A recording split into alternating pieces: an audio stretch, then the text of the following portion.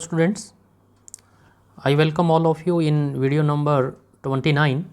In this video, I shall discuss with you multiple choice question in the subject of financial management. Question paper is of December 2015, paper 3. So, the first question is, from investor point of view, the cost of capital is, first one is interest rate, market value, yield of capital sacrifice and stock exchange value. So, the correct answer is it is a yield of capital sacrifice, because yield means return. So, it is a return on capital sacrifice by the investors. Okay, इसका मतलब क्या है कि अगर share holders don't invest their money into a company, okay, so they can utilize these funds for generating returns from a different investment alternative. okay, so उस पूंजी को किसी दूसरे पर्पज़ के लिए यूज़ किया जा सकता था, बट कंपनी ने उस ऑप्शंस को शेयर होल्डर्स ने उस ऑप्शंस को सेक्रीफाइस कर दिया, उसको छोड़ दिया और वो पैसा एक कंपनी के शेयर्स में इन्वेस्ट कर दिया. Okay, so that is given to a company for the purpose of investment. Okay, so from investor point of view, the cost of capital is a yield of capital sacrifice. Second question is, the formula for net cash inflow of a project is. So in the financial management, the project is considered as a capital expenditure proposal. So in that capital expenditure proposal or an investment proposal, simply the cash inflows,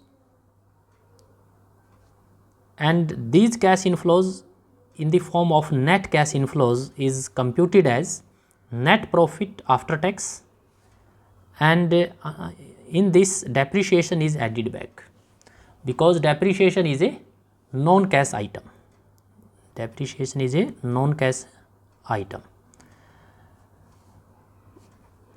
The depreciation is subtracted from net profit of a company during the year due to getting tax advantage.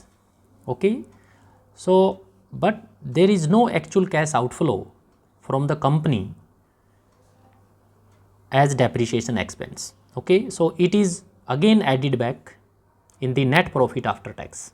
Okay, so depreciation consideration decreases the tax liability of a company, and after availing the tax benefit, the depreciation is again added back into the net profit after tax. So this is considered as net cash inflows of a project.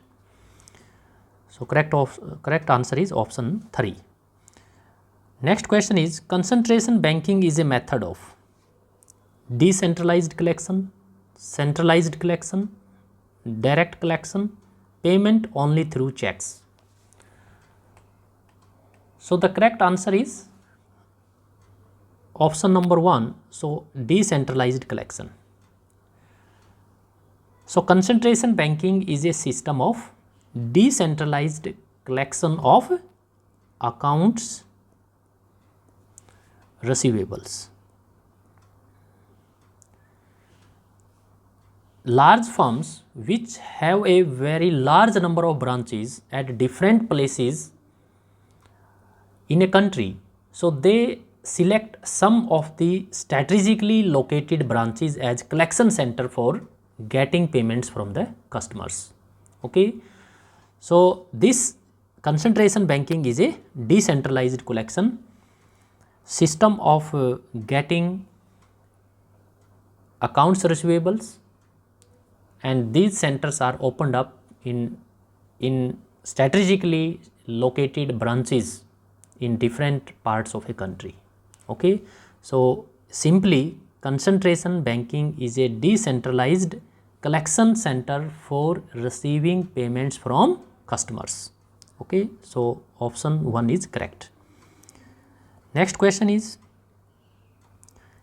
In case cost of capital is 10%, EPS is rupees 10, internal rate of return is 8% and retention ratio is 60%, then the value of equity share as per Gordon model will be.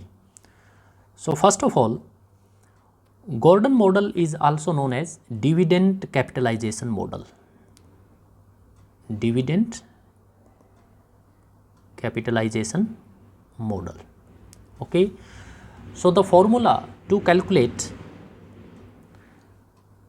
market price of share as per Gordon model is this. In the numerator, so this is the E. E stands for earning per share into 1 minus B. B is known as retention ratio.